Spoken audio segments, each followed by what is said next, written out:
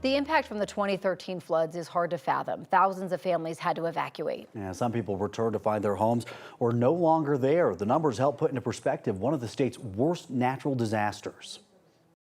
The flooding started with a few days of steady rain, but grew into something much worse. On September 11th, storms unleashed heavy rain that fell for hours. This is one of those storms that just kind of came together in a way that, very rapidly just came and kept dumping water. 6 to 18 inches fell along parts of the Front Range, almost as much as typically falls in Boulder each year.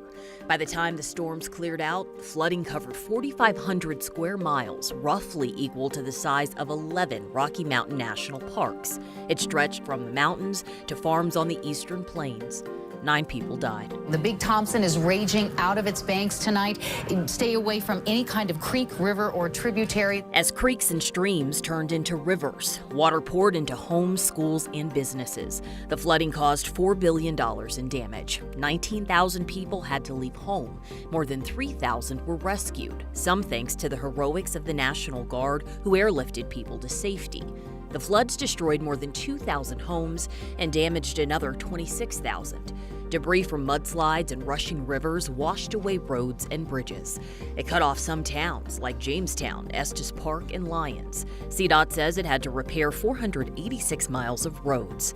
Flooding and mudslides damaged 200 bridges and culverts. There are thresholds for public assistance in large disasters. How many roads you've lost, how many bridges you've lost, and how many public structures you've lost, and we have apparently hit that threshold. Repairing the roads took years. CDOT finished the final project in November 2022 when they reopened Highway 7 connecting Lyons and Raymond. It cost CDOT $750 million for permanent and emergency repairs. CDOT says it removed 150,000 cubic yards of debris. That's enough to fill 46 Olympic swimming pools, or you could cover a football field with debris 75 feet high. Yeah, the floods touched so many communities across Colorado, and we will have coverage all morning long right here on 9 News Mornings. At 6:30, a new way scientists are starting to forecast floods like these to help keep people safe.